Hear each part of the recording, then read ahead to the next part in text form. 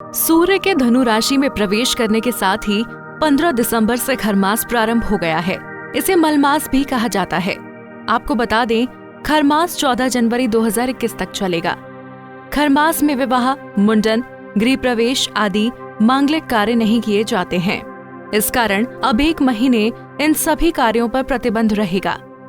विवाह के मुहूर्त की बात करें तो 11 दिसंबर के बाद अब सीधे 24 अप्रैल से विवाह के शुभ मुहूर्त प्रारंभ होंगे, क्योंकि इस बीच गुरु और शुक्र भी अस्त हो जाएंगे। ज्योतिष शास्त्र के अनुसार सूर्य देव एक राशि में 1 माह तक रहते हैं। इसके बाद ये राशि परिवर्तन करते हैं, जिसे संक्रांति कहते हैं। जिस भी राशि में सूर्य जाते हैं उसी राशि के नाम से संक्रांति जानी जाती है। ऐसे ही जब सूर्य देव धनु राशि में प्रवेश करते हैं तब खरमास लगता है। खरमास में सभी प्रकार के शुभ कार्य जैसे विवाह, मुंडन, सगाई, गृह प्रवेश के साथ व्रत आरंभ एवं व्रत उद्यापन आदि वर्जित माने जाते हैं। सूर्य जब जब बृहस्पति की राशियों धनु और मीन में प्रवेश करता है तब मलमास होता है, क्योंकि सूर्य के कारण बृहस्पति निस्तेज हो जाते हैं। इसीलिए मलमास में सभी शुभ कार्य जैसे विवाह, मुंडन, गृह प्रवेश आदि नहीं किए जाते, क्योंकि शुभ कार्यों के लिए बृहस्पति का साक्षी होना आवश्यक है। इस मास में किसी नए कार्य की शुरुआत करना उत्तम नहीं होता है। इस महीने सुबह जल्दी उठकर पवित्र जल से स्नान करना चाहिए। इसके बाद सूर्य देव की उपासना करनी चाहिए। मान्यता के अनुसार कहा जाता है, खरमास में दान पुण्य करने से पुण्य की प्राप्ति होती है। इसीलिए इस महीने गरीब और जरूरतमंद लोगों को भोजन खिलाना चाहिए।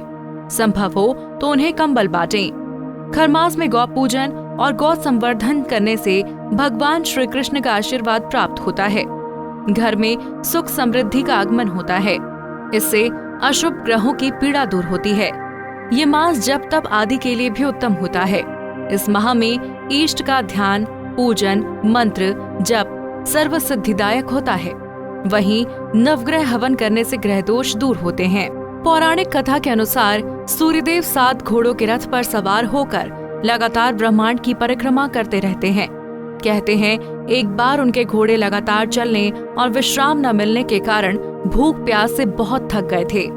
भगवान सूर्यदेव उन्हें एक तालाब के किनारे ले गए, लेकिन तभी उन्हें यह आभास हुआ कि अगर रथ रुका तो ये सृष्टि भी रुक जाएगी।